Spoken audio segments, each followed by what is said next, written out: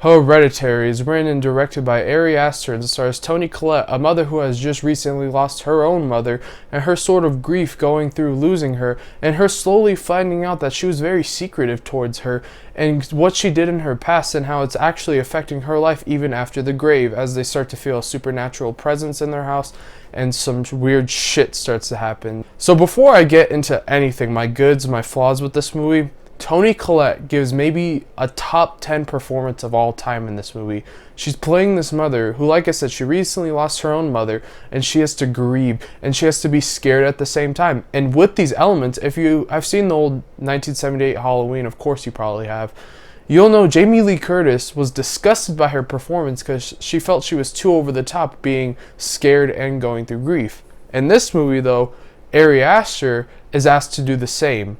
And she does it perfectly. And putting this much stuff and putting basically the whole story and the whole plot onto one character is really dangerous. Because basically if she sucks, the whole movie sucks. But she was just fucking amazing. I felt so bad for this woman as well as so scared for her at the same time. Also, Alex Wolff gives a very, very solid performance playing the son to Tony Collette's character. And he's sort of always the odd man out to his sister, which we'll talk about a little later in this review.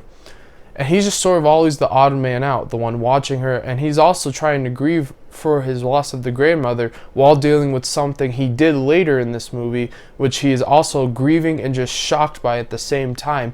And he's trying to find a way to cope with the loss of everything, his mom, his grandma, what he did. He's trying to cope with it all, and he does very good as well. He always just looks so scared, so shocked. He does get a little bit annoying when he cries. I'm just like, just stop. No, I don't like that cry. No, stop. Stop. That's my impression of Alex Wolff's cry. But now let's actually get into the review portion of this, review. This movie is going to be talked about for years to come as a true horror cult classic. This is the type of movie that's going to inspire other people to want to write horror and want to direct horror. And just how this movie is shot, you truly feel like you're in the hands of a fucking master. And Ari Asters shows in his first feature debut, he was a master right at the start. As the wide shots with the very slow moving camera, with the score, the soundtrack in this movie, it's almost like the sound of fear and adrenaline, as it's sort of the sound of a really rapid pulse. And at the same time, you realize it almost also sounds like someone's chasing you. So every time you hear this music, which this is in about 70% of the movie, you're like, some shit's about to go down. And usually nothing happens. So you keep expecting it, then you're like, all right, nothing's going to happen with this song. Then it happens, you get scared, and then you start expecting something to happen. And this movie is just, it's directed perfectly. It's so scary. Now, scary is such a subjective thing, obviously. Some people get scared off jump scares, some people get scared off someone freaking moaning, some people get scared off a spider. This movie isn't going to scare everyone. I'll admit, it didn't scare me completely, but there are shots in this movie that are going to haunt my dreams for years to come. Last night I watched it, I had to sleep with my freaking lamp on because I kept looking in the corners of my room because of one specific shot where Tony Collet is in the corner of the bed. It makes you feel cold and icky inside. It makes you want to go take a shower, but then you'll be too scared to take a shower because you'll open your curtains and think the guy from Psycho is about to stab you because you just watched this movie. I don't know why I just thought of that, but that's how it really made me feel. And like I said, horror and scares are subjective, but in my opinion, how they present the quote-unquote jump scares, they're not really jump scares. It's marvelous. It's magical watching how he directs them because it's like you're not expecting it. There's a couple times where it literally just zooms in on a character's face and then shows the action in one edit. It doesn't like zoom in like a freaking jump scare. It's just like right away, and it's so subtle. I just got goosebumps thinking about it because it's like you almost barely can see it. And what that does is later in the movie where they show extreme wide shots of a really dark place, you start checking everywhere, you start checking the corners, you start checking behind you in your own house because the soundtrack sounds like someone's right fucking behind you, and you're scared the entire time. And this movie will mess with you. I'm telling you right now, it will mess with you. And also through this movie, you may not notice the amount of symbolism. It really shows how much Ari Asters studied the subject he was trying to tell, as the main plot of this story is Tony Collet, her family, the grief they're going through, and her fighting about her grandma. The supernatural stuff, it's not just a supernatural paranormal activity ghost. There's a meaning behind that even. There's a reason things play out in this movie to summon this supernatural thing. And when you actually read about what this movie was based on, it's super accurate and it's so scary, because then you're like, what if this happens in real life? Because this movie is very realistic. The supernatural stuff, maybe not. But what happens? A family going through grief. Tony Collet, she sells it obviously with the grief, and there's scenes where she's just screaming because of what's going on and just crying and screaming, but at the same time like scared, and you're just like, you're listening to that sound and it makes you start to think about it, and then it makes you even more scared, and then this movie is just scary as hell. It's not freaking La Llorona with, I don't even know how to say it, with a jump scare every 5 minutes and decent characters. The characters in this movie actually have meaning behind them. There's actually a reason for them there. But now from that point, we're going to move into my flaws with the movie.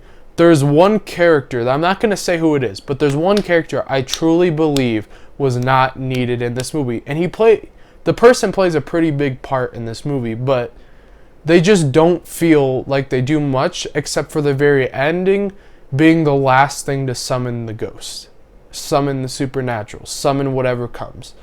That's all that person feels like. And I'm just like, you can't have these great ass performances and then have this person. I get what he was trying to do, Ari Asters, but I didn't feel like it was needed. I feel like it was just extra. I feel like it was just to have more dialogue. I feel like it just was used to move the plot. And that's my next flaw. There's a scene in the middle of this movie where Alex Wolff and his sister go somewhere. Some stuff happens and it escalates to something happening to Alex Wolff, which he eventually starts to deal with in this movie. It's hard not to spoil, but I'm not going to, don't worry. And how it plays out, how everything happens, it's like, no, that wouldn't happen. Because of what this person has, they would be prepared if something were to happen to this person and cause, it's so hard not to spoil, and cause shit to go wrong. And it's like, it feels so lazy. It was very lazily directed and written. Not directed, but written. It's just like, that would not happen. I've never seen that in my entire life. Why would it happen now? Why wouldn't they do this to help that from happening? Why would people be doing this at the specific occasion they're going to? It's like, you lost me there a little bit, Ari.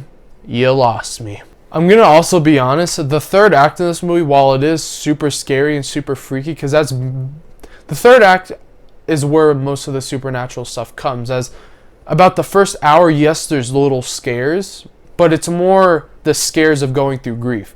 The third act, the second half of the movie, is where it starts to get a little, I mean, it's supposed to be in this movie, but when it starts to occur, the very last 20 minutes, I'm going to be honest, there is shots I'm never going to forget. Because the house that Tony Collet's family lives in, very big. It's very empty. There's not much stuff in the way. Ari Asters played around with this house so much. Let's just say this. There's a lot of shit in the corners. Like I've already mentioned. Every single scene, it's a big ass frame, an extreme wide shot, right? And there's something in one of the frames. And almost every shot you feel like, because of how he directs this movie, and it really, really bothers you, some of the stuff. But then there's some stuff. Now I'm kind of a little bit, not psychotic, but a little weird. I was laughing my ass off at a couple of things Tony Collet does at the end of this movie. I was laughing my ass off. And also the ending. Now the ending, in my opinion, is the most controversial part of this movie. I think it's going to be what turns audiences away and what turns audience even more into it. Me, I'm going a little bit away. This movie's tone wasn't like The Ring. It was a beautifully shot movie at some parts, but it also was a darker tone. The music was darker tone. And the ending, they play some really upbeat, light music, which I guess adds to it. It's really bright, and you could see everything. And it's just, it gets too over the top for how serious this movie was. This movie is supposed to be a big art house series or horror film, and it goes over the top. It's kind of like A Quiet Place's ending. It's a super serious movie, and then you got Emily Blunt cocking a shotgun looking like she's in The Terminator.